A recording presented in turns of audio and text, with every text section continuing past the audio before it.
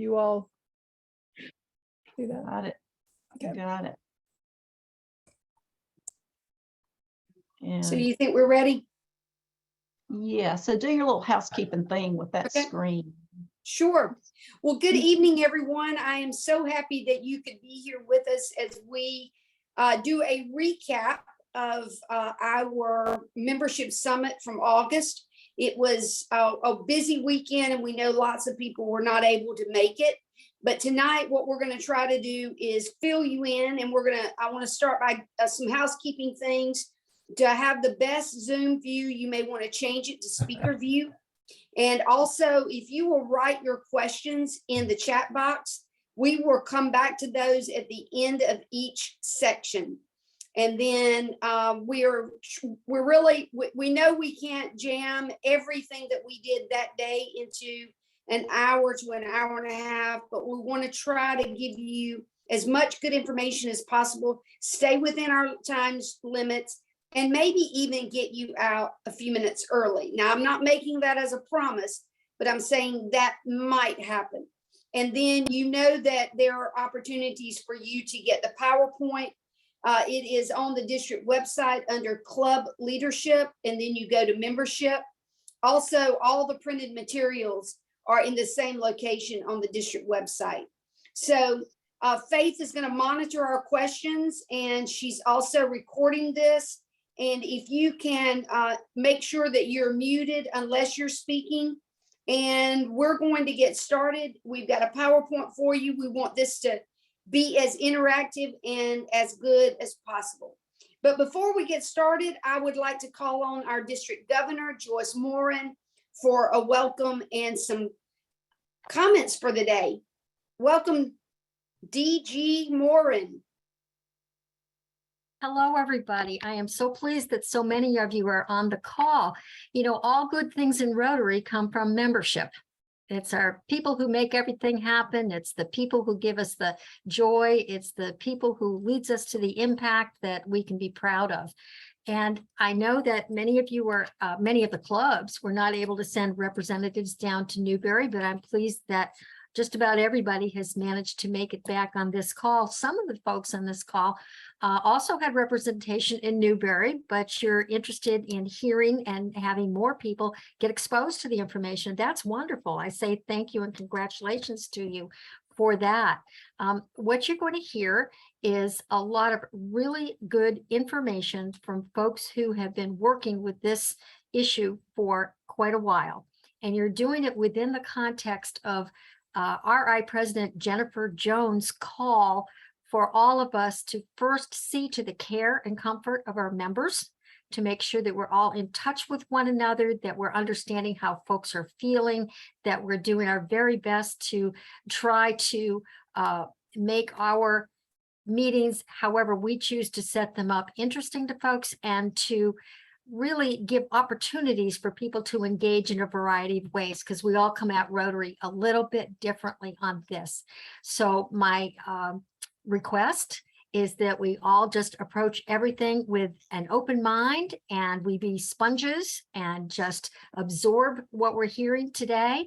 Take the information back to your clubs, because I am seeing a gap with that folks sometimes, you know, good folks are going to the workshops, but for one reason or another, they're not able to carry the message back to the boards, who of course are the major leaders and decision makers at the club level, and then again on to the general membership.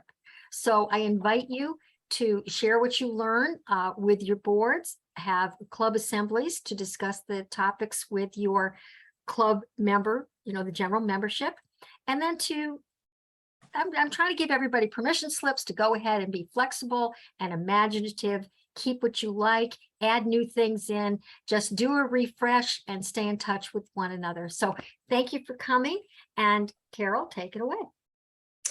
Thank you, Governor Joyce. We appreciate you being with us. And I know you have some other things, but if you'll stay with us as long as you can, we appreciate it. And I am going to turn it over now to Governor-elect Renee. And Renee's going to talk to us a little bit about what's Rotary, how to invite people, and making meetings friendly. So Renee, it's time for you to take it away. Well, we've kind of divided this workshop into two parts. And the first part is about member retention. And then the second part is about how to work with new members and attract new members. So let's see, I think what you said is just, I'm gonna deviate just a little bit here because we're going to start out with our friend Ron Pierce from Guilford, North Carolina.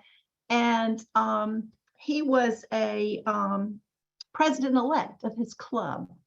And he had a very serious club meeting with his membership and actually showed them the numbers and how membership was declining in his club. And so there's a whole video, and the video is posted in on the website, on the district website with the materials. But so this is just a little clip from that, what, 30-minute, I think, long video. So let's start out with listening to what Ron has to say about what happened with his club. And I am so hoping that these videos work. I've tested them, so put in the chat if you're not getting the video, and hopefully Faith can help us out. So listen to what happened in Ron's club after he shared the membership data with his people. Well, the first thing we had to do was this. We had to have a come to Jesus meeting. And so those numbers I showed you at the very beginning, those numbers got shown to the club as well. And it changed the whole attitude of the club, because the club realized for the first time where Bob and Susan had gone, and the fact that they weren't coming back. They weren't being replaced. And the next thing we knew, we were down to 40, and all of a sudden they realized, if that's how fast we are jumping down, we got to change quickly. And the people who came up to us after the Come to Jesus meeting were the originals. Now, some of you like to call them the older members of the club. I call them the originals because they've been in the club for 30 plus years. They're invested in the club. They don't want to see the club disband or die. So they came up and said, Ron, what can we do? How can we get involved? Now, I'm going to tell you up front that if you're planning on growing your club, you have got to get the originals on board. There's absolutely no way you're going to grow a club with just the new members or the fresh faces. It's not going to happen. If the originals are not involved and they are not on board with what's going on, it will not happen. So for us, that was crucial. And I will tell you, that took time. I spent, during my president-elect year, I sat at their table. I asked them about the good old days. I wanted to get them involved in what I was doing before I ever took over as president. Because if they weren't on board when I became president, I was going to have a hard time getting them on board at the very beginning. So by having that Come to Jesus meeting, they saw what was going to happen and what needed to change, and they were there because they had already invested in me before I ever became president. So the next thing we had to do was talk about the problem to solve. PTS. Now I heard a speaker at an international convention in Toronto, and he talked about this, and he said, you know, a lot of people, when they're trying to figure out what's wrong with something, they try to fix the symptom and not the problem. Well, thinking about that, our declining membership was truly just a symptom. It wasn't our problem. So what was our problem?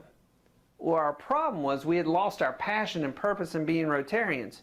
I mean, think about it. There are people who've got passion all the time to go play golf every weekend.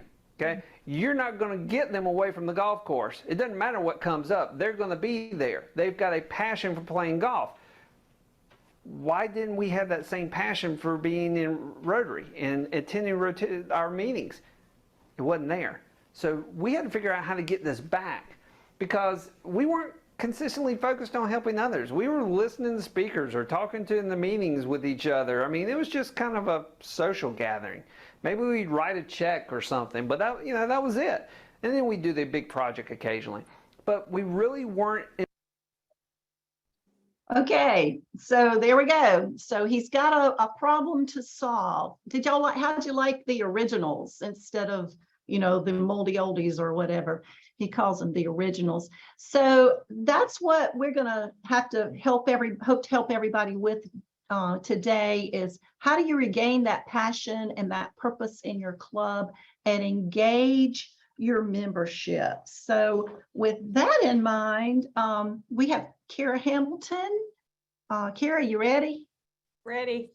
Okay, so we have Kara Hamilton from the Rotary Club of Anderson, and she's going to share with us a little bit about how she engages her members in her club, as well as just some good ideas to help everybody. Well, good evening, everybody. I'm so tickled that you were able to be here today. So yes, we're going to talk about purpose and passion, and we're going to talk about how to keep our current members engaged. So let's start with this first slide.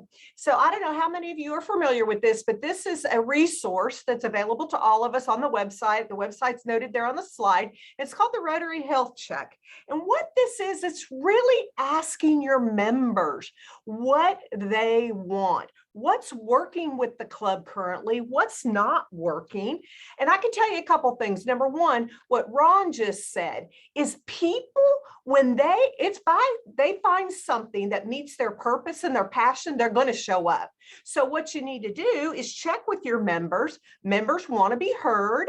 Members want to have an opinion about the club. So ask them what's working, what's not working. And that's really what this health check does. So it asks some questions. For example, are the meetings relevant, interesting, and varied? Also, do you have a greeter who welcomes the members at the meetings? Are they organized and well run? I mean, that's some of the things that you will find on this health check. So I encourage you to go look at that. The next thing is engaging members. So when we have new, there's a couple ways we can engage what we call new and nearly new members. Members that have just started and don't really understand everything about Rotary, especially the Big I Rotary, International Rotary, and then also the local club members. So number one is new membership orientation. So this is a formal or informal time that you educate the new or newly new about RI and about the club. There's a very specific program called Discover Rotary, where you bring them in and you talk about your club, the things that you do, your DNA. And then you also introduce them to Rotary International, explain to them about what I call the four-legged stool of Rotary, which is fellowship or networking, service, philanthropy, which is supporting our foundation and all the great things we do internationally, polio card, etc., grants, and then membership. So those are the four stools. Explain them to that and the impact that all that has.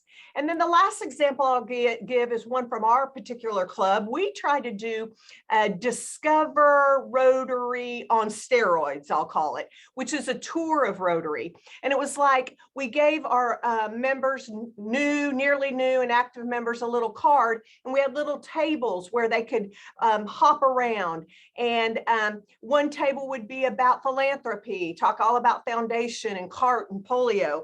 And another one was about membership. Another was about service. It's a really fun night, a lot of fellowship. We had some light snacks and drinks and some door prizes. So those are some ideas. The next thing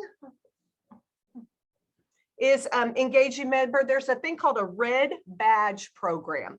And what the Red Badge program is it's somehow you on the Rotarians badge, their name badge, there's different ways you can do it, but you have the newer members have some kind of red insignia on it, whether it's a hang tag, the tag itself is red, it doesn't really matter. But that tells everybody in the room that this is a new or nearly new Rotarian, and you really want to engage with them. You really want to make sure they feel welcome. You want them to feel comfortable. And you want to if you will, the Red Badge program is a way to mentor them and guide them along. So you can read all this. I mean, you're going to explain to them, once again, the structure, foundation, strategic vision, and the impact of Rotary locally and internationally. The next thing is called a member scavenger hunt. This one is really, really fun. So what happens here is it's similar to the Red Badge. And one thing I didn't say on the Red Badge, and I'll just comment on it, is there's certain tasks that, and it's all on the website again, you guys. So there's certain tasks that can be associated with the Red Badge program. And the the new or nearly new Rotarians do those over several meetings, even maybe several months of meetings, like be a greeter at the door, work with the sergeant at arms, work on a service project, do something with membership. Anyway, you make that red badge program match your club's DNA, but have them do some various things that are important. And then once they do all those things, then their badge turns back to the normal badge. So let's go to this membership scavenger hunt. This is a similar thing in that you put this scavenger hunt together. Here's an example, but you can use your own ideas for your club. And then once they, the members, the new or nearly news, go through these things, they're going to learn a lot about Rotary. So one thing is, reference and have them read Connect for Good. Have them join a club, a committee in the club, have them read the bylaws, just all these various things. And you call it a scavenger hunt, or you call it a little follow the yellow brick road, whatever you want. But what is the goal that we're trying to get to with all these ideas is that new members, first of all, feel engaged.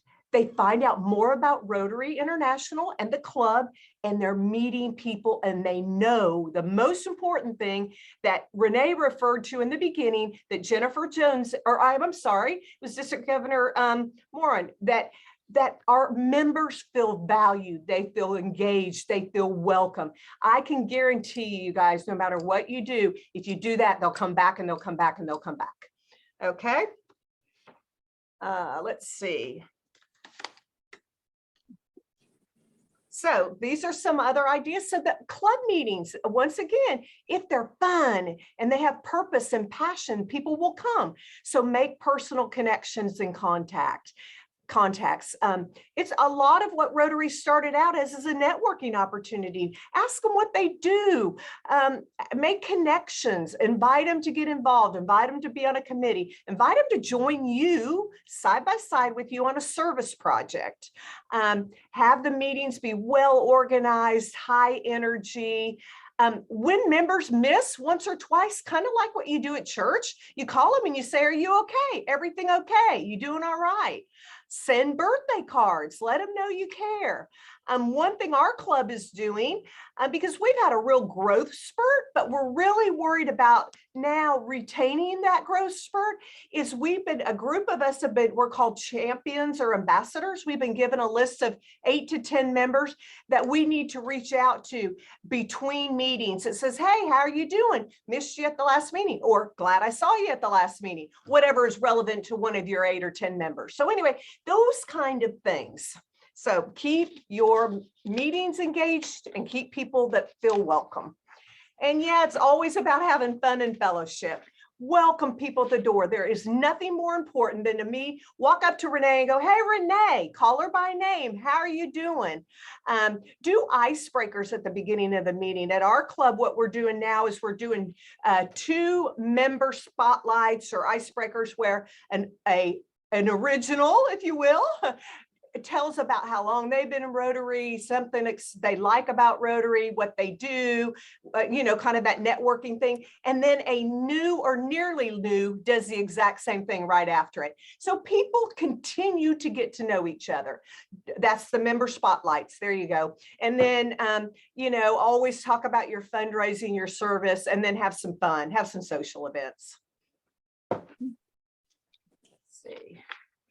So, I'm going to leave it now for some questions. Have there been anything in the chat? Anything I know I went fairly quickly, but I wanted to make sure that I give time to everybody else. But this is important, you guys. This is super important for membership.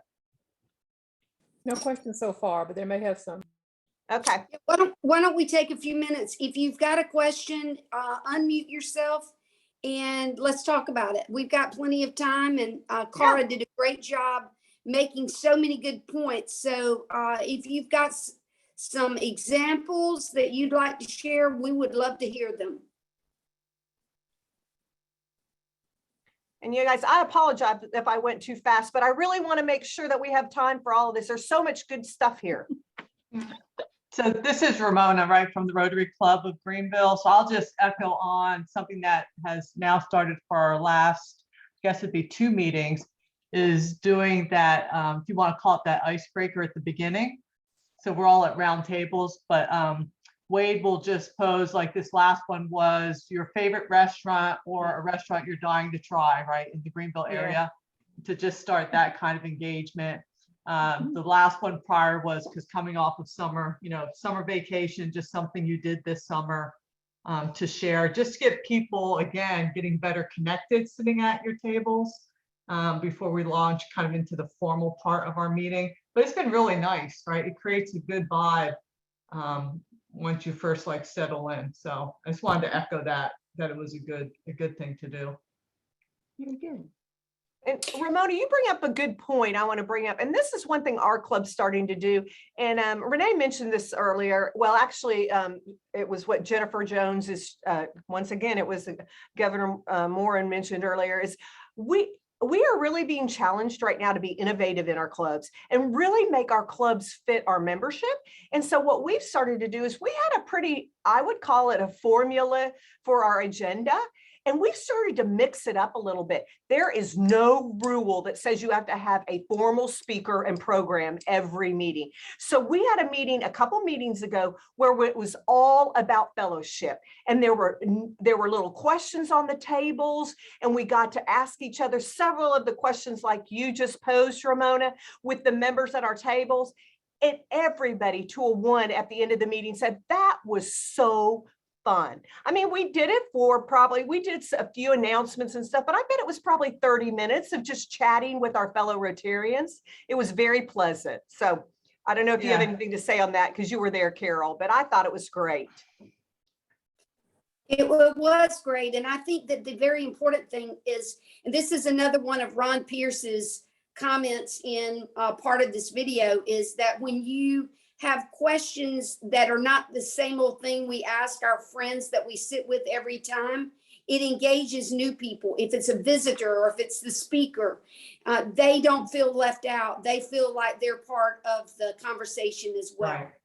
And that's the other part. That is the beauty of it, right, Carol? It's not like, oh, I'm a new member, so I have this experience, or I'm a guest. You fit, right? Because we all Yes. have a common experience and something to share. So yeah, it's been good. So Um, anyone else want to comment on any of the things that Cara talked about? We have our Well, hands raised. I don't know if you want to Yes, choose please. Yes. to. Okay.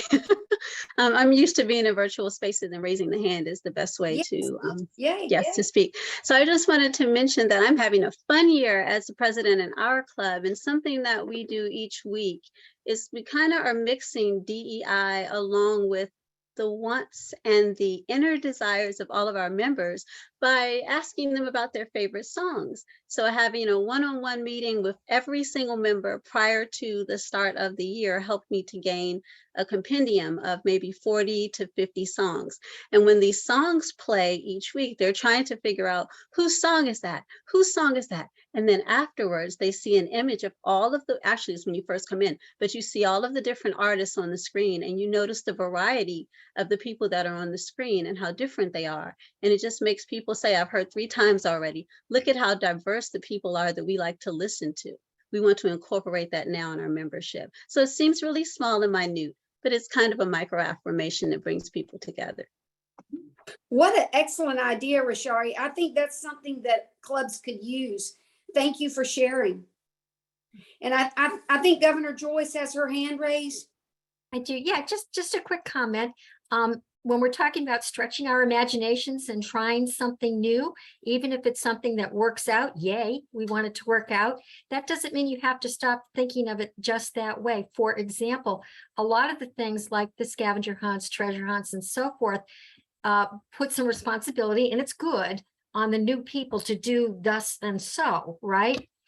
Something that we did in a club I belonged to up north was, if we had a new person, we gave them a list of every person who was a member of the club, and there was a line next to it, and it was the responsibility of the club members to go up and introduce themselves to that person and sign their names. And if at the end of whatever our period was, I don't remember, 2 weeks, somebody hadn't done it, they got razzed. And it was fun. But all I'm saying is if you find something good this way, you might even think of it another way. And that's good. Great ideas. And I do want to go back to one thing that Cara also talked about with the Rotary Club Health Check. I think that's one of our best tools, but it can only be a really good tool if you're honest. You have to answer the questions honestly in order for it to be beneficial to your club. So I'm going to ask one last time, do you have anything you want to share related to what you've heard so far? So Carol, Okay. I'm gonna pick up with this slide Yeah. then. So there's one more slide here that's a little bit outside of club engagement, but it could keep your members engaged, is the fellowship and action groups. And what these are, and a lot of people don't know about these, but they are Rotary fellowships, and they're international groups of like shared hobbies, shared passions. Anybody can join a RAG, a Rotary Action Group. And if you go look at it on the website, there's tons of them. There's tennis action groups, there's sailing action groups, there's cooking action groups, there's anyway, hobbies, professional. You can make friends from around the world. And I think it was Renee that said at RLI, I'm not sure, but it was somebody at RLI said that before they went on a trip, any trip, anywhere in the world, they would go find a Rotary Action Group in the area that they were going to and seeing if they had something going on while they were there. Or they would go and find a Rotary Club in the area they were going to, and it would make it a priority, or at least try to go to the Rotary Club meeting. So that's a lot of fun things where you can expand your Rotary experience. So anyway, There we I want to go. cover that. Good. Tag teaming. You want me I'm to sorry, go on? Renee, you go ahead. Since we're talking about reaching outside the club, you want me to go ahead and do the RLI now, or? Before you do that, a couple of things I want to say that I want to make sure the governor hears me say this because she's going to like it. Another thing that is really important about engaging our members is for them to see something other than your club. The RAGs and the fellowships are a great example. But I want to remind everyone, encourage your members to attend district events, especially the district conferences. It comes up in the spring every year. Wherever we're having it, it's going to be a good time. And I think that oftentimes that our members think, oh, the district conference is only for the club leadership. No, the district conference is for everyone. And what a great time we can have. But even beyond that, it's the idea that the Rotary International Convention is an opportunity for people to see Rotary in a whole different light. And if I've jumped ahead, Renee can give me a little tap on the hand, but I just wanted to get that in, that seeing outside of our clubs, visiting another club, going to a district event, going to the Rotary International Convention changes everyone's perspective on Rotary in a positive way. And so the next piece is something Renee's going to tell you about that absolutely does change perspective, and it helps you retain members. Oh, yes. We know that of all the people who have attended RLI, 75% of the RLI graduates stay in Rotary. So talk about a member engagement and a retention tool. A friend of mine in the our sister district says RLI is the best kept secret in Rotary. And she is a recent RLI graduate, but has been in Rotary a long time. And she just had a blast at Rotary a few years ago. And so now she says RLI is the best kept secret in Rotary. I believe that informed Rotarians are involved Rotarians. So the more you know about our organization, about its history, about our ethics, about the foundation, about growing membership, creating projects, public relations, public image, the more you know about how to engage yourself in Rotary in those avenues, the more involved you're going to be, and the more you're going to have that passion. Like that's our motto in RLI, is find your passion in Rotary. And personally, RLI did make a big difference in my Rotary journey. So I mentioned some of the things just now that you would learn if you attend to RLI, and looking at the names here that are in attendance, I see a good many of y'all that I would love to see your names on our RLI list. Our next face-to-face RLI in our district is going to be March the 4th. It's not on the district calendar yet, but it should be soon. So they will put it on the DAC-DB calendar very soon, and you can start registering, and I'll start sending out emails to get everyone involved. But just on a personal note, I remember when I was club president, and our club pays for people to attend RLI. And we have over 20 members of our club who are RLI graduates. We also have several members of our club that are on the faculty of RLI. So once you graduate from RLI, you're welcome to come and do faculty training and join us as one of our facilitators.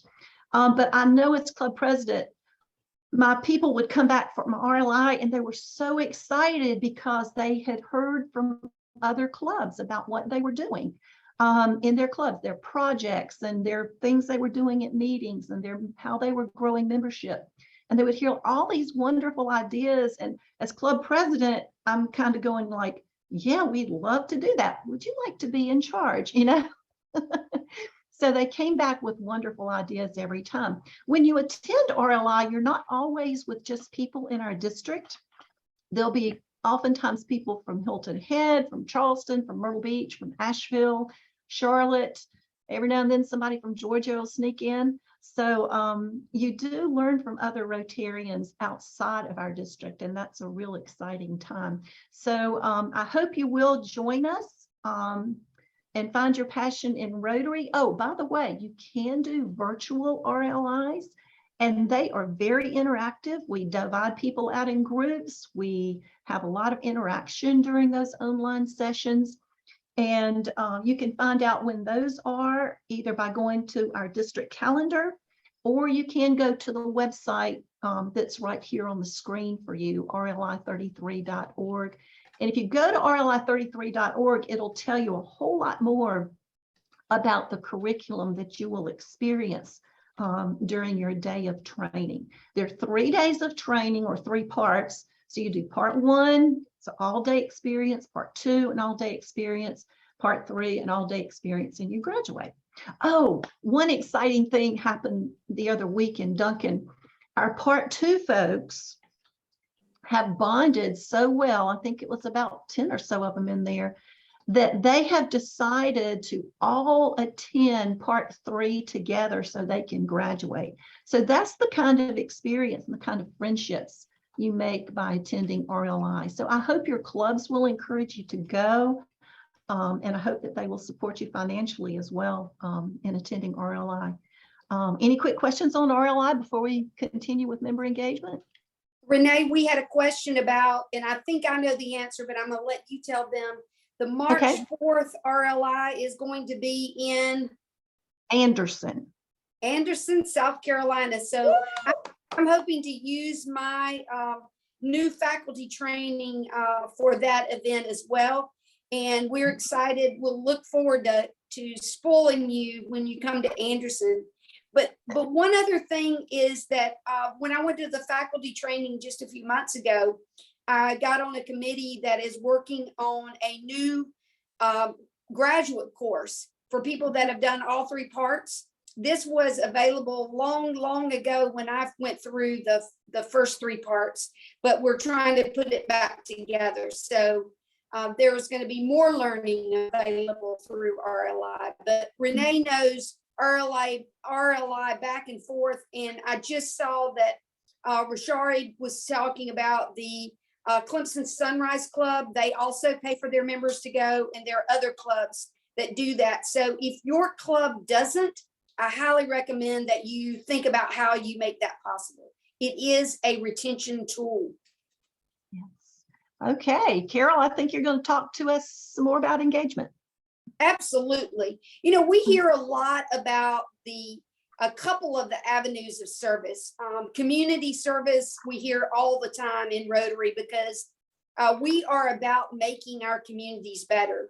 And that happens through a variety of service projects in our community. Some that come to top of mind that I don't even have to think about is like ringing the bell for the Salvation Army, or it might be the Adopt a Highway, or it could be reading. I think the right-hand corner of that slide might be one of our classes at Holman Park Primary, one of my favorite things. And it could be the community garden that I know that they have at in the Clemson area, and other things where they pack bags and backpacks, whether it's filled with food or school supplies. So club service, community service comes to mind without even thinking when you think avenues of service. And also when you think about Rotary and you think of avenues of service, you automatically think internationally. We are an international organization that provides so much service around the globe. I always tell the story about my learning about polio experience, but our polio eradication efforts, it's only one thing of the many, many things we do around the globe, whether it's providing water, or whether it's providing cleaner sanitation, or it can involve all types of things of making families safer and healthier, or it might be something that's completely unrelated in that sense, but it could be about the environment. But we know that international service is one of those biggies. But sometimes we don't think a lot about, what does club service mean? Well, that means taking care of your club, making sure that it is run appropriately. And that's one of the things that we need to work on as leaders, that we are doing what we need to do. Because if your club is not run well, it won't present itself well to new people. So club service is making sure that our clubs are strong. And the other two that we think a lot about youth service maybe, but not as much as community service and international service. But when I think about youth service, I automatically think about RILA and youth exchange. And if your club is not sending a student or two to RILA, get on board with that. I think that PDG Frank Cox is on, who is our youth person for the district. And I know he'd be happy to hear me say that we need to work on what we do for our youth. We need to, when we build strong youth, we build strong communities. And when we support our youth, we're building the citizens of tomorrow. We're building the Rotarians of tomorrow, whether it's through RILA, Interact, Youth Exchange. We're telling them you're going to be we need to tell them you're a future Rotarian. We want you to learn about Rotary. We want you to respect what you are being given through Rotary, so that you can join one day as an adult. And then lastly, around vocational service, that's probably the one we hear the least about. And vocational service is when you have the opportunity to take your club members to maybe a work site. It may be one of those. In Anderson County, we have lots of manufacturers, and most of us in Rotary have never been to one of those manufacturing sites for a tour. That could be your Rotary Club meeting, especially during vocational month. But there are other ways you can learn about vocations. Learn about your members' vocations, because that gives them an opportunity to spotlight the work they do. And it helps them feel that they have the opportunity maybe for members to use their business. That's what Rotary was built on. It was built on the networking and fellowship among business leaders. So we don't want to leave out the vocational part. So that's our 5 avenues of service: club service, community service, international service, vocational service, and youth service. And I think All we right. might have another video. Yes, we have Ron back with us in the next video, and he's going to talk about, remember, Ron was a PE. He's getting ready to be president. So he's wanting to get this passion going before he becomes president. And so he's going to talk for a minute about how he engaged his members in service and in particular during a club meeting. So listen to Ron again. Well, the first step was I had to give our club more opportunities for service. Now, you're probably like our club in that you do big projects. Maybe there's some things that you do outside the club meetings. Tell everybody to show up. And again, 20% show up. Things like that for the club. But we had to do something a little bit different because I need to get all of our Rotarians back in the mindset that we are here to help the community. So we did something called micro projects. Now, a micro project happened at the meeting location. We didn't go off-site anywhere. It happened where we meet every week. And it could be done in 30 minutes or less. So we did it instead of a speaker. Okay? This was key. The weakest member of our club, the elder of the club, had to be able to participate. So whatever we did, it had to be something that they could do as well. Okay? So, what is an example of this? We did coloring books for kids at Moses Cone. Now, how did this work? I went and got coloring books and crayons in gallon-sized Ziploc bags. I had everybody get a coloring book, everybody got a pack of crayons, rip out a sheet out of the coloring book, and I want you to color it. You have not seen anything until you have seen an original 75, 80 years old sitting there coloring a coloring page. And they were laughing and having a great time doing it. Then I told them, sign it, put your name, and then put your age. And they just kind of looked at me like I had lost my mind. We put the coloring book and the crayons in the Ziploc bag. We put that picture they had just colored right in front of it, a little sticker that said this came from Rotary, sealed it up, put them in a box, and I took them over to the hospital. We distributed or let the hospital distribute them out to the kids who were sick, but the parents were the ones who really got what had happened because they saw those pictures that said Larry, age 80, had colored this, and they chuckled. And if you've ever had a sick kid and been in the hospital, you know that laughter is something that's very hard to come by. So not only did we brighten the kids' day, we brightened the parents' day as well. This was getting everybody involved in Rotary, and everybody could participate because there's some of my originals there, and they're coloring, and they're having a great time doing it. Okay? And take a look there. We had a guest come. What a great way to introduce somebody to Rotary. Look, we're doing a project for the community, and we're doing it right here while you're with us. You don't have to go anywhere. You don't have to do anything special. They actually got the flavor of what Rotary was about, and it was something different. It wasn't just a speaker. Now, here's another example of what we did. We had a Rotarian who was given 5,000 socks from a local hosiery mill and said, here you go. He brought them, we dumped them on the table, and we started matching. Everyone could stand around or sit at a table and just match socks for 20 minutes. When they were all matched, they were put in a bag and they were given over to the local homeless shelter to be distributed. Everyone got to participate in that. No one felt slighted, and everyone felt like that this was something that was worthwhile. This is the kind of project you can do as a micro project. Now, let me also just say real quick, where do you get micro projects from? The easiest place to do is Google, source of all knowledge. But if you will Google Vacation Bible School for Kids Community Project, okay, you will get lists that come up, Pinterest boards that just show you projects that can easily be done because, I hate to say it, but if a kid can do it, a Rotarian should be able to do it as well. So tweak it a little bit, and now you've got your project. But it'll give you all the supplies you need, and a lot of times you'll see organizations you didn't know that you could help that you could donate to and do a project for. Okay, Carol, I think we're going to let you talk some more about some projects and fundraisers as well that go on in our district and some ideas for engaging our members. Thank you, Renee. Yes, I would, I love Ron Pierce and I love his videos, and some of you have already seen this. So I just want to we're going to have a little discussion.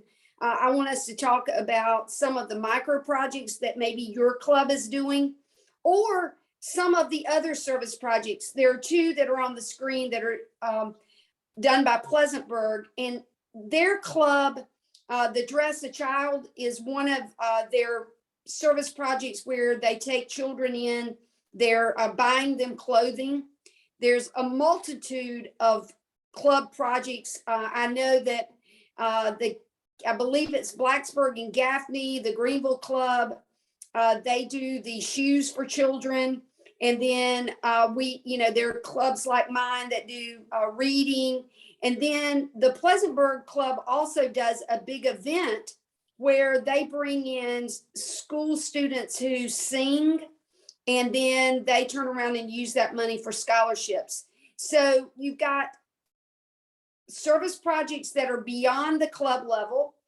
You have the opportunity to do micro projects.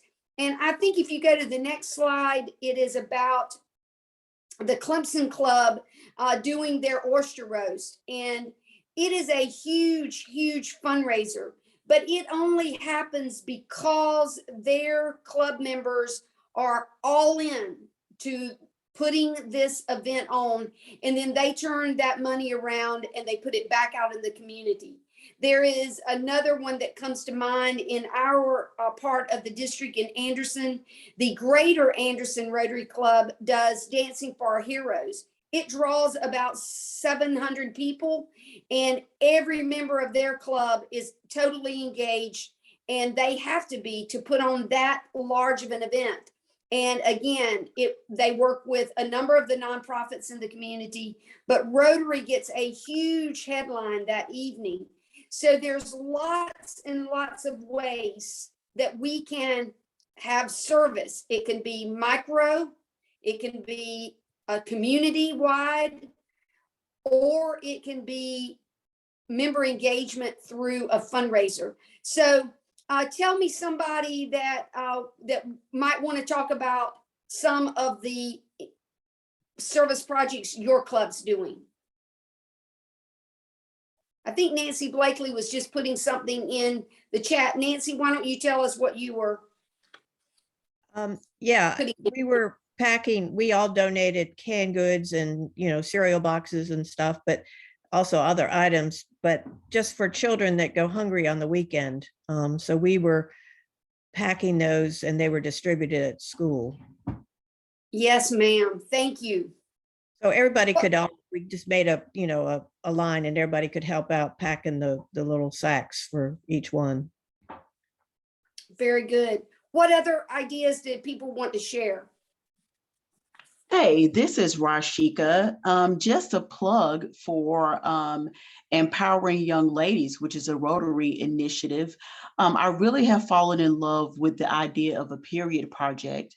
Unfortunately, there are lots of young ladies throughout the world, including our country and even our state, who are not able to go to school while they're menstruating because they don't have the products that they need and they miss days of school. And so I think that's a great project and a plug for myself, for everybody to give that one a shot.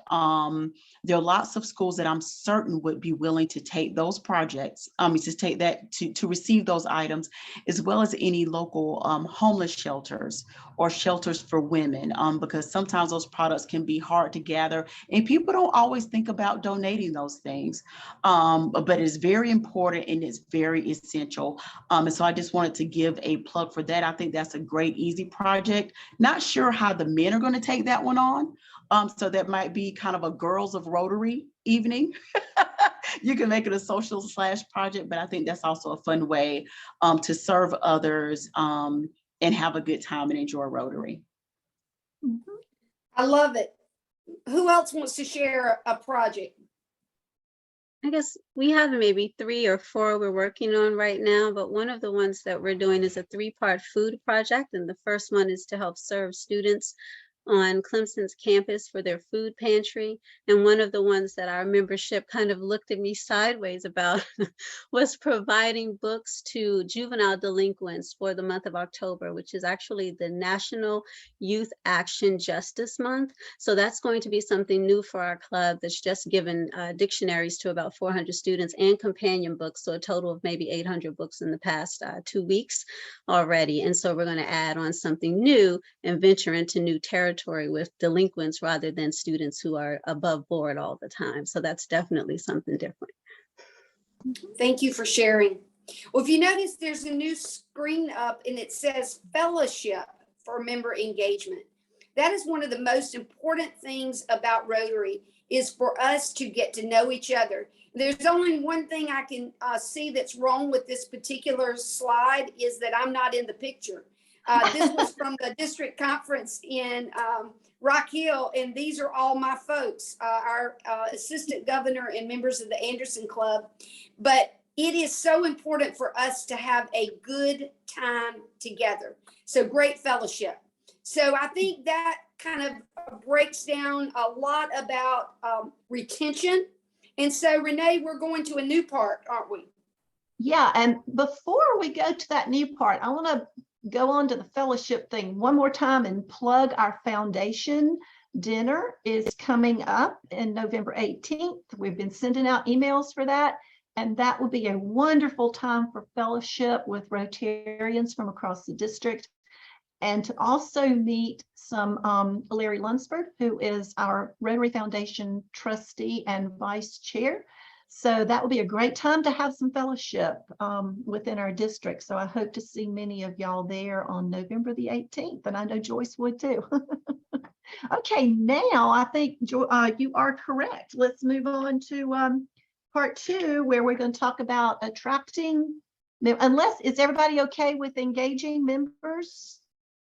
Okay, so now we're going to get into attracting members, and I think Carol, you're going to get a little serious here and do some math, if I'm not mistaken. Oh yeah, and that is not my strong suit. But before we get to the math part, you can see from the slide on the screen, it's really simple. Why do we want to grow members? It's not so that I'm the membership chair and I've got extra people that I can say, oh, we've brought these people in. No, it is because the more people we have, the more benefit we can provide to our communities and to the world. The greater number of members, the greater amount of impact. Don't forget that. That is really the reason why we want to grow Rotary. So let's talk a little bit about math. And if I mess up, somebody can say, you really need to go back to school for a math lesson. But if you know that if you've been in one of these, you've heard Terry Weaver say over and over again that most of our clubs are going to have a 15% average attrition. And that means that if you're a club president and you say, I want to grow by 10, that doesn't mean that you just go out and you get 10 new members. That means that you have got to have enough new members to cover those that you're going to lose. And no matter how difficult it or how much you think you're going to retain, you're going to lose some people. You know why? It is because life happens. People get promoted and they move. Unfortunately, people pass away or people have financial difficulties. There are all kinds of reasons why we lose people, but we cannot, and we've talked a lot about retention tonight, but that is not a growth strategy. It is something that we have to do simultaneously with looking and bringing in new members.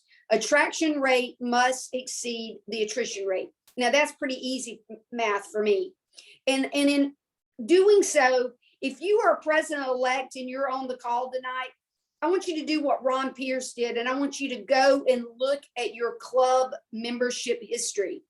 You may be surprised to find that your club was much larger at one time than it is now.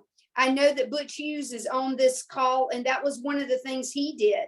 He said, we got to find out why we went from 169 members down to 62, and how do we improve it?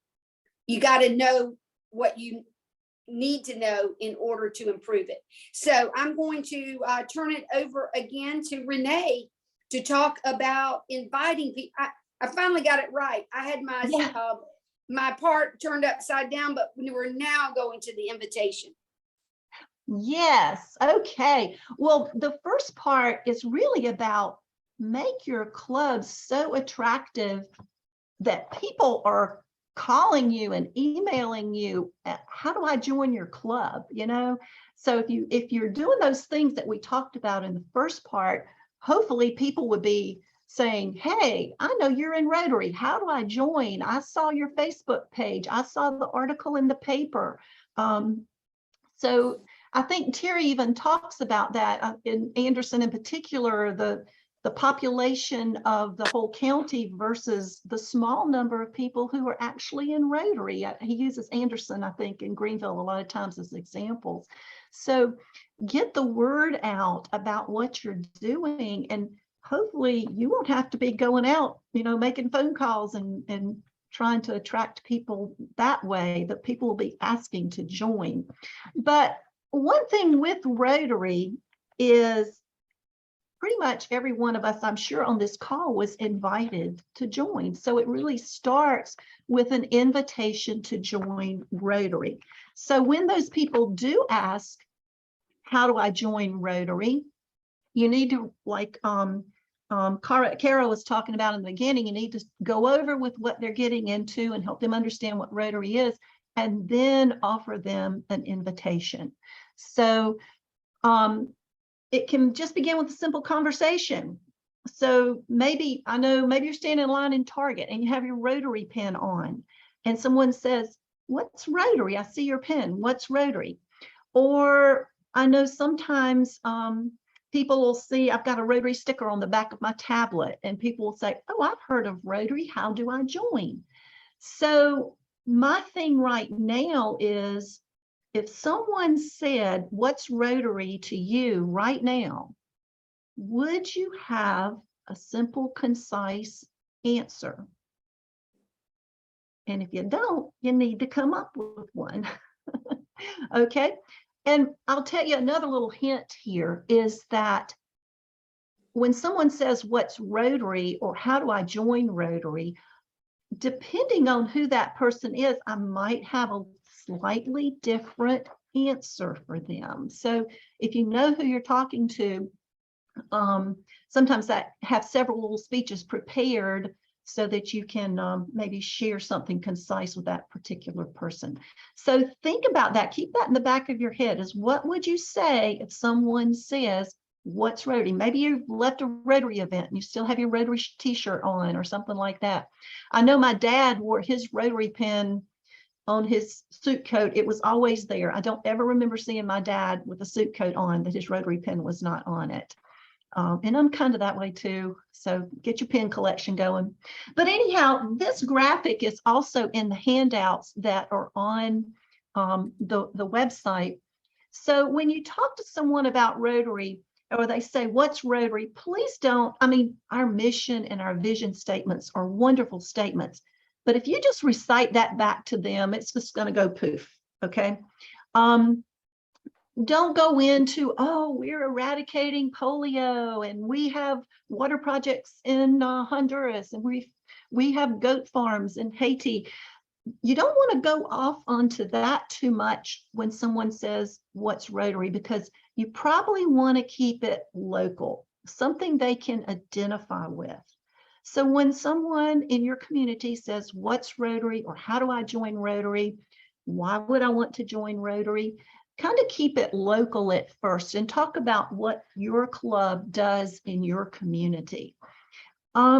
After you share that with them, you might want to ask them for their business card so you can get in touch with them, or give them your business card so they can get in touch with you. I think it's better if you get their information because they might forget to follow up. Then after you maybe going to contact that person again, you might want to get a little more detail with them and share your Rotary story, why you actually joined Rotary, and get a little more personal with them. And then share your passion. Maybe invite them to a service project. I would say invite them to a meeting, but we're going to have a cute little video on meetings and inviting potential members to meetings. But recognize that opportunity when you have the chance to invite someone to join Rotary. So sometimes we call this your elevator speech.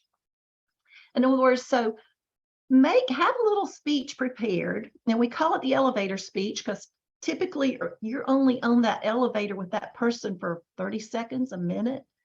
And so have something short and quick and concise to say to them if someone says, what's Rotary?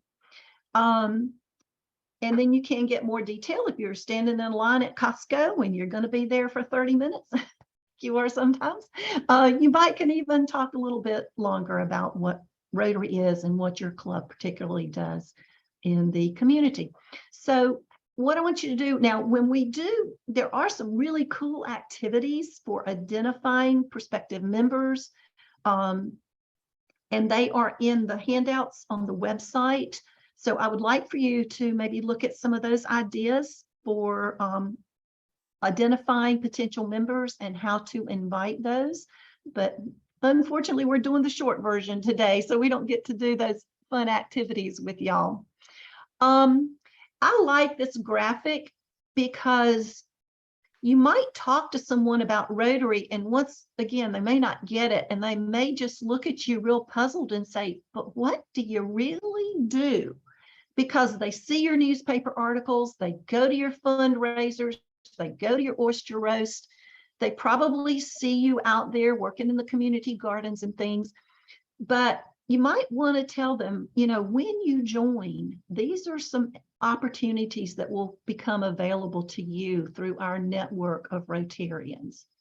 So, and then, you know, later on, you can talk about the international side of it. And some people might join Rotary just for those international opportunities. So I like that little graphic. And I think this graphic is in the printed materials as well. So I think this is still me, right? Going into the meeting. Yeah, this is still me. Okay, you get Renee for another minute. Okay, so we're going to have Ron for a minute because I know at one of our membership meetings with Carol, I think she threw out a question like, what's the best way to get someone interested in Rotary? And someone said, invite them to a meeting. Okay, that could be a good way, but a lot of that depends on how you run your meetings. So we've got a little short video here from Ron again. I like the little graphics here. You know, look at the graphic at the bottom. Is that your meeting, or is your meeting more like the one on top? So think about that. Okay, and here we go. Here's Ron, and he's going to talk about, once again, from his president-elect perspective, trying to grow the passion in his club and attract new members. Here's Ron talking about meetings. Giving next step we did, we had to change the focus of our meeting. We had to go guest-centered and be focused on that first-time attendee. Now, I don't know about you, but if you've ever visited another Rotary Club, even though you may have been in Rotary for years, the way a Rotary Club does their way, a lot of times it's different than your home club. And so you kind of feel a little lost. But you get the idea, you know the basic gist. Well, imagine if you're a first-time guest. Or imagine, you know, if you've never been to a Rotary meeting before in your life, and what are these people doing? And what does this mean? And it's very confusing. So what we had to do is we had to make sure that the Rotary meetings made sense to a guest, because you want them to come back. People who feel lost are not going to return. Nobody likes feeling lost. So if you want someone to come back, they got to feel like they're part of the meeting. And so that's what we did. So let me give you an example. Four-way test. We all stand up and we face some sort of banner or sign that's got the four-way test, and we recite the four-way test. If you're a guest, you have no clue what that is. All you know is that there's a bunch of people and they're standing and they're praying to some four-question test. You haven't got a clue. So this would be something I would say each week. I'd ask everybody to stand up, and I'd say, if you will turn and face the yellow banner, you're going to notice that there's a four-question test that's listed on that banner. We call it the four-way test. And what it is it's 4 questions that Rotarians ask themselves to make sure that what they're getting ready to do is a win-win situation for everyone involved. So this helps us to make sure that we're treating ourselves right, but also treating the other person right. And so we recite this every week so that we can keep that in our memory, and so we can actually influence the community, because it's part of who we are. Now, if you're a guest, now you get it. And so when we say the four-way test, you're actually interested in knowing what those questions are and why those are important. And they realize that really those questions are important. They start connecting and go, you know what, this may be the kind of organization I want to participate in, because they seem to have the values up front that I have. Now you're starting to get people already thinking about Rotary, and all it is staying the four-way test. So no one's feeling lost. Everyone's part of the meeting. Now, another thing we decided to do was conversation starters. I don't know if you've run into this. We run into this at our club. Everybody sits at the same table and it's the same conversation every week. Every week. How's your kids? How's the wife? How's the family doing? Hey, so-and-so back in school yet? You know, it's always the same thing. So if you got a guest coming, they sit down at that table, they don't usually get talked to, do they?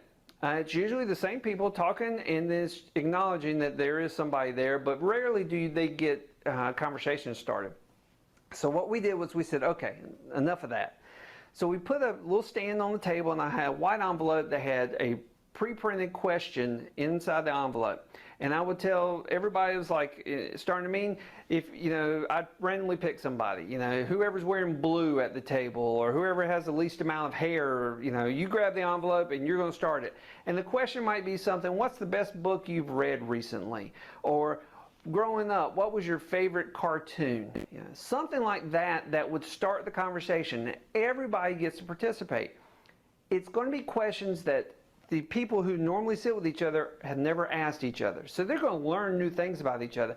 But the guest doesn't get to feel like that, you know, they're the stranger in the group, because nobody knows each other's answers. Everybody's on equal footing.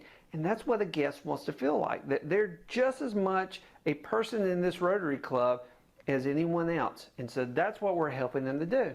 So every question was different. No one knew, and it was random. And the thing we avoided was this: the same people at the same table asking the same question and never involving the guest. Because if you really want to be honest with it, it's wrong and it's rude. That got changed.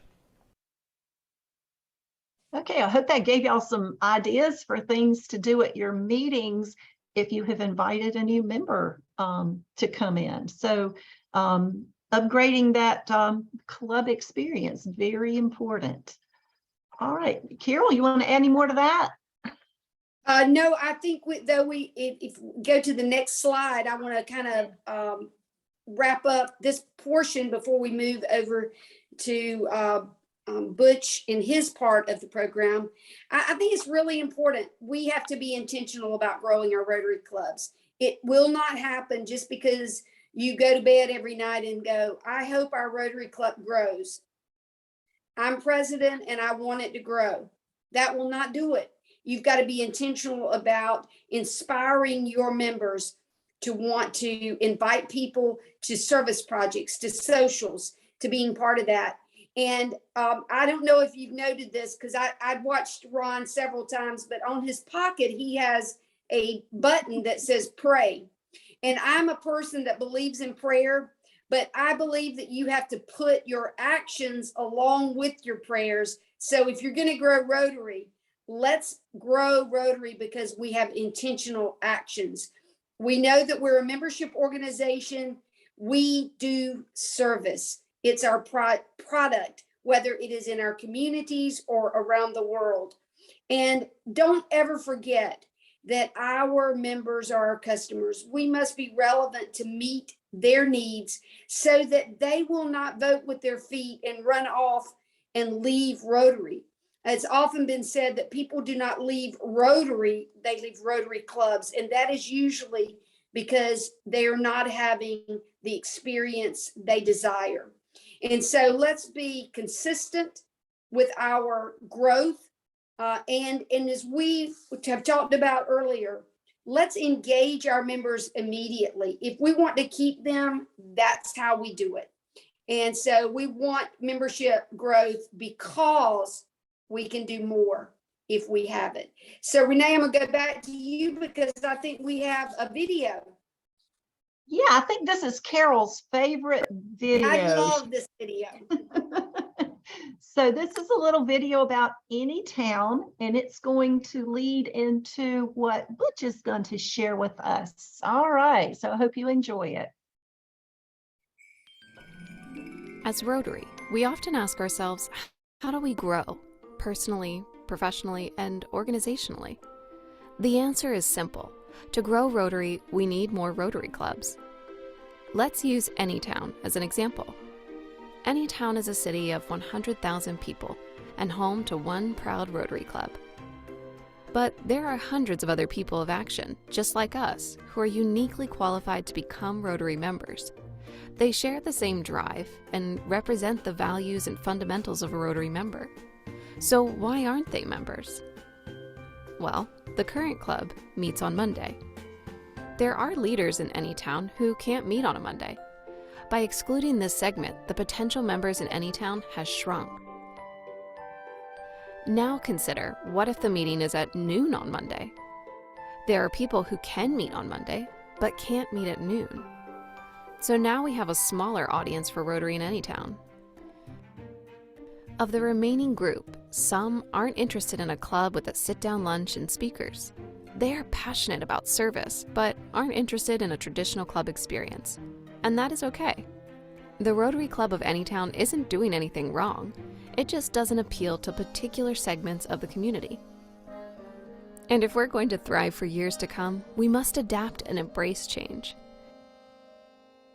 In Anytown, we have an opportunity to expand because potential members are everywhere. More than half of the eligible people are prospective Rotary members, waiting to make a bigger impact in their community. But what Rotary Club exists for them? If Anytown creates new clubs at new times and new places, the hidden potential for Rotary will be revealed. As people of action, we must broaden our reach and provide opportunities to all leaders in the community. Together, all of us can grow Rotary.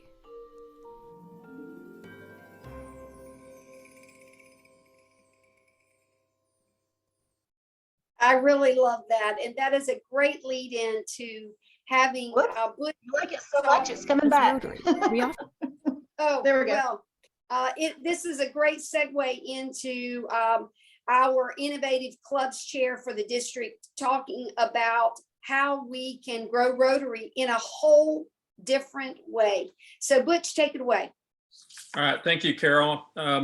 It's good to have everybody. We still have 22 participants on the call at this time, so hopefully we'll still have 22 when I finish. But I'm just going to tell you that I spent 42 years in newspaper business. I published newspapers all around the country, and if you take a look at essentially the state of the newspaper business now as compared to when I retired from the newspaper business some 8 years ago, newspapers are dying.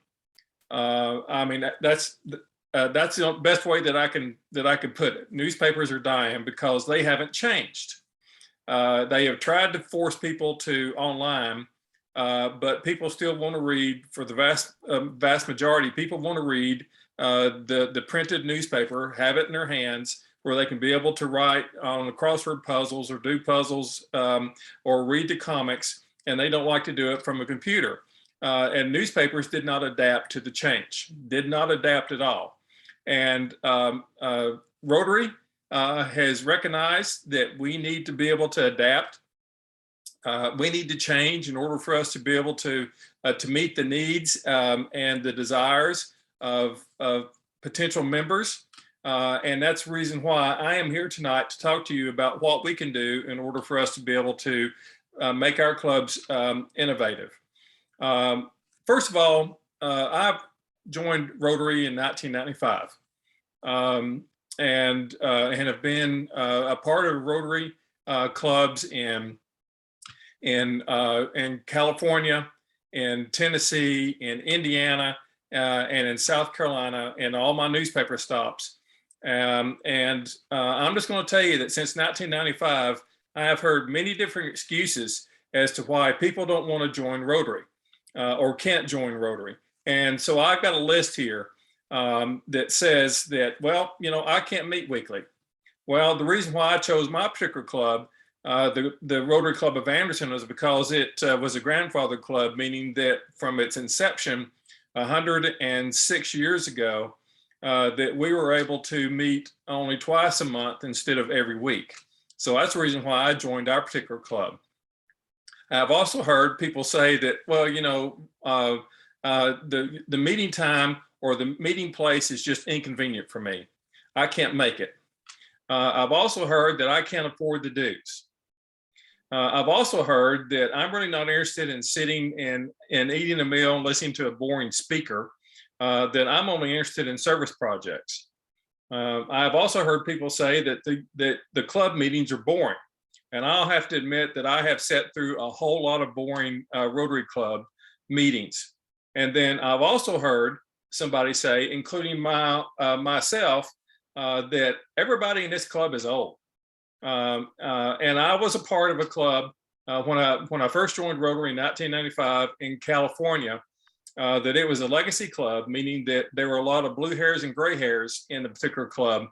And there was a group of about 15 to 20 of the younger folks, I would say people that were like 40 and under, that just did not fit in with the originals, as Ron called them. And so after about a year and a half after I joined the club, we decided to go out and start our own club, where our old club was a noon club. We ended up doing a breakfast club. And so 20 people moved over, including myself. I was actually president-elect when we moved the club over. And that club is still in existence and it's doing great. Now I think it has about 55 to 60 members. So, you know, you had a younger group of people that left an older club. I'm just curious, what other excuses have you heard that people said that they could not join or don't want to join a Rotary Club? Anybody? Okay, hearing none, let's go to the next slide. All right, what is an innovative club? I'll just tell you that I did not know that there was innovative club advocates until last year, and then I was asked to be on an innovative club advocate team that at that particular time was headed by Terry Weaver. So here is an innovative club. They are alternative club formats that Rotary has made available in order to appeal to more members. They help us be more flexible in order to grow membership. What makes a club innovative can be its type, the club type, its meeting format, its model, and also the different levels of membership in that particular club. And we're all going to be talking about that in just a minute. And then there are also many combinations that can be used to create a unique club that will appeal to prospective members. So let's go to the next slide.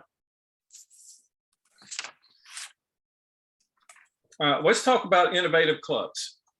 These are innovative club types. First, a satellite club. The Rotary Club of Anderson, my club, probably about well, less than 12 months ago, we decided that we had enough energy and enthusiasm in order for us to be able to go and start a satellite club. So there were some of us in the club that sat around the table and came up with the name of about 40 prospects that we thought that would be good members of this satellite club. We personally invited 40 members to come to an introductory meeting, of which 23 or 24 of those 40 did come. And from that one introductory meeting that we launched a satellite club that originally had 12 members and has now grown to 20. You only have to have 8 members to start a Rotary Club, a satellite club. Now, I will say that it would be better to start with the 12 as we did, because we believe that there's strength in numbers. But if you don't know what a satellite club is, it's really a Rotary Club that's sponsored by a traditional club, but it has its own meetings, its projects, its bylaws and board. And a satellite club, the membership of the satellite club that is sponsored by the traditional club, those members count toward the membership of the traditional club. So we went from roughly about 92 members to 111 members because that we have added the 20 members from the satellite club, and our club has since grown to about 120 to 121 members as it currently stands right now. But it was aided by the 20 that we got from the satellite club. You can also have a passport club. A passport club is a Rotary Club that allows members to attend other Rotary Club meetings as long as they attend a specified number of meetings in their own club. And this really benefits those who travel frequently or those who enjoy trying a variety of club experiences and meeting lots of new people.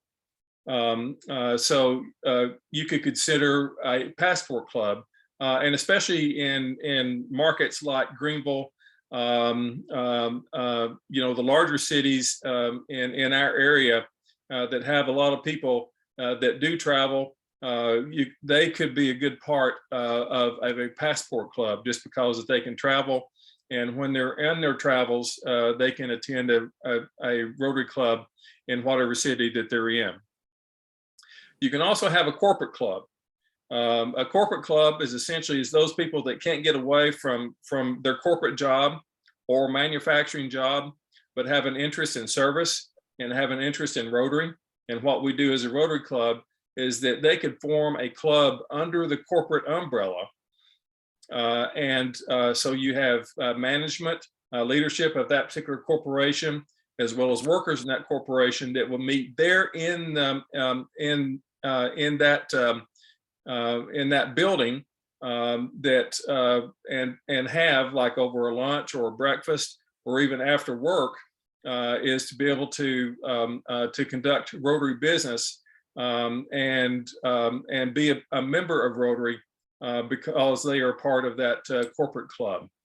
You also have a cause-based club. Cause-based club, Ron even mentioned about golfers in his first video, and I'm an avid golfer.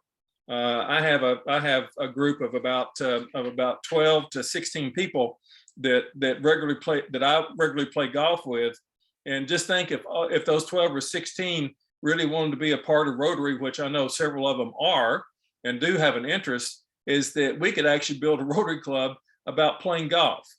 We could meet one on the golf course to play golf, and during that time discuss about what we would want to do as far as a service project for the second meeting of that particular month, and then do a service project and not be playing golf.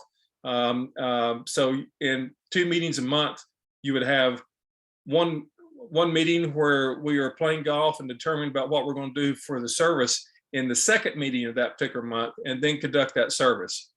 So you can see a group of people that actually have a passion at cause-based. You could be, like social causes, or someone that has really an interest in literacy.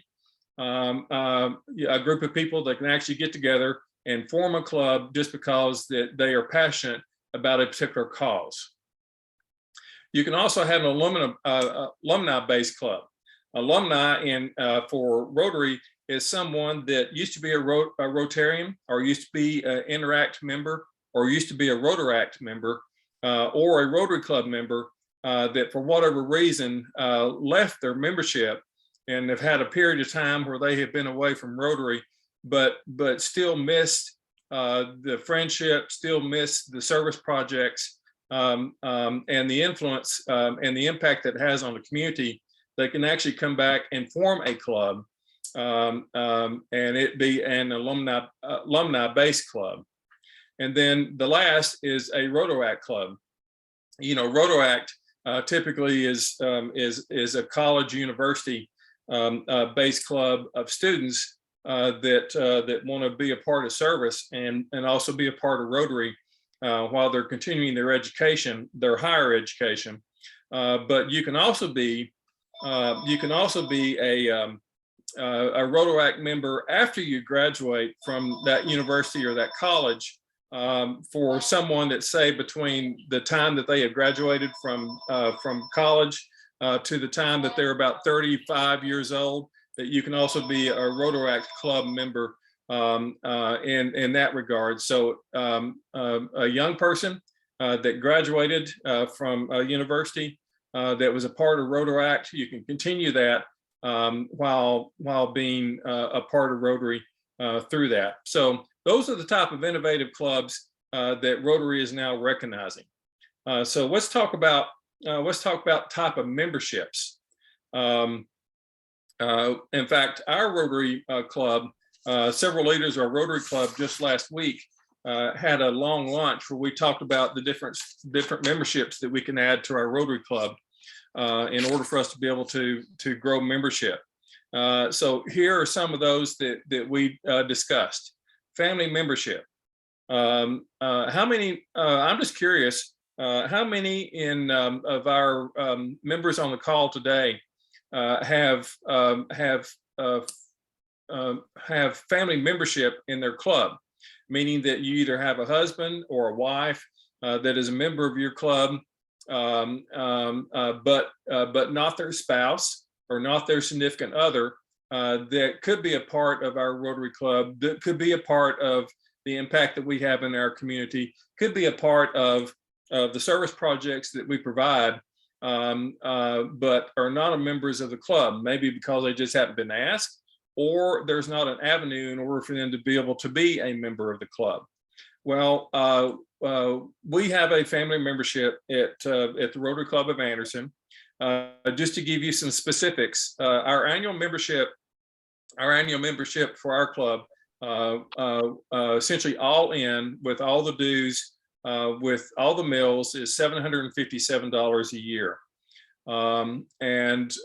So we have structured our family membership as well as corporate memberships so that you can, so that a family member, a spouse, an adult child, or a significant other can be a Rotary Club member right beside you, but they don't have to pay the full amount. They pay $250, which is $108, which includes the Rotary International dues. It includes the district dues. It also includes $100 that we ask everybody to participate or to give to the foundation, Rotary Foundation, and then also includes roughly about $50 of administrative fees. So 100. So as compared to the full membership of $757, which the initial family member has to pay, then a family member or a child can be a member of our club for $250, and then they pay for each meal that when they attend our meeting. The same with the corporate membership. Corporate membership is we have one person that's a leader, that's designated the leader of corporate membership, and then any of the other corporate employees can come and be a membership of our club for the same price at $250, and then they pay for each particular meal. So again, when you think about $757 for the year, and then for the designated leader of that corporate membership or family membership, and then others can come in at $250 for the year and then pay each time that they attend their, if they want to eat, they pay for their meal. And that's a way to grow membership. You can also have a young Rotary leader membership. This is interesting. A young Rotary leader membership program is designed for those that are under 35 years old and demonstrate leadership in their profession and meet all the qualifications of Rotary membership. And young Rotary leaders, they pay a reduced fee for their first year of membership, and that fee amount is determined by the club. And then once they get that 1 year under the belt and really learn about what is involved in being a Rotarian, then that second year is they start paying the full amount as determined by that particular club.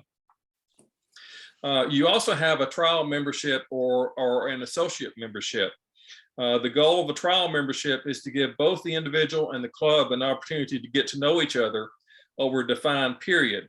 It allowing the individual to become familiar with the club, its members, its programs and projects, and the expectations of membership, which should improve retention. For a trial member or an associate member, they really should have a mentor from the club, attend a new member orientation or discover Rotary or a tour of Rotary that has been discussed before, and also obtain a sponsor. So a sponsor could actually help as far as a scholarship if needed, or to be sponsored and present to the club for this person to be a trial member or an associate member. The next one is an emeritus membership. This is really interesting because if you take a look at your of your roles, your past roles of your Rotary Club, what you'll find is that there are a lot of people that used to be members of your club that are still in the community. Those people many times had spent years in your particular club and enjoyed the benefits, and also really gained a lot of satisfaction because of the impact in the community as well as the service projects that you do. But for whatever reason, they are no longer a member. Because of that break from a past membership, they could actually be an emeritus member and that can come back to Rotary, and for whatever fee your club determines that to be, they can be a member of the club again. When I take a look at the roles of the Rotary Club of Anderson, Carol said that at one point we were at 170 members, and we got down to 62, and now we're back up to 120. There's probably a good 100 members that are still in the community here in Anderson that were a part of our club at some point that would be ripe to be a part of this emeritus membership in our particular club.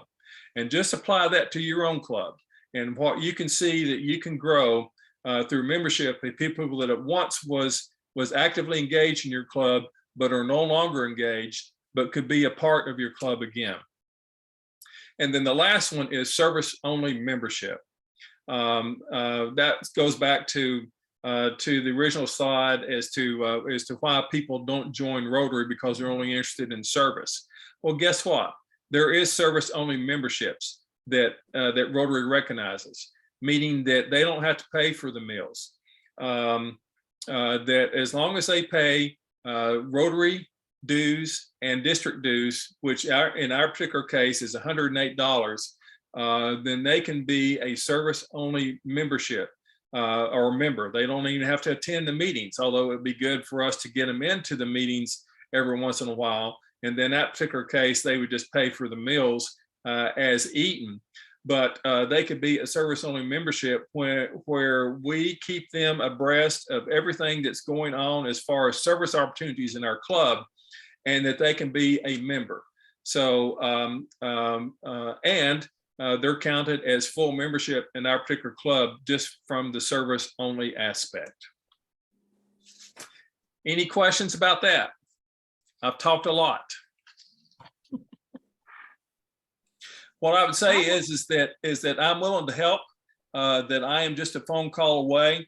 There is my contact information, my email address, bhughes864@me.com, or my cell number is 864-276-4440.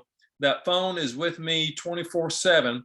I've already, from our first meeting, face-to-face meeting on membership seminar in August, I've already received 3 phone calls from clubs that have an interest in doing something innovative, and certainly I would welcome any calls from those that are attending the meeting today. So that please give me a call. I'm here to help. Thank you, Butch.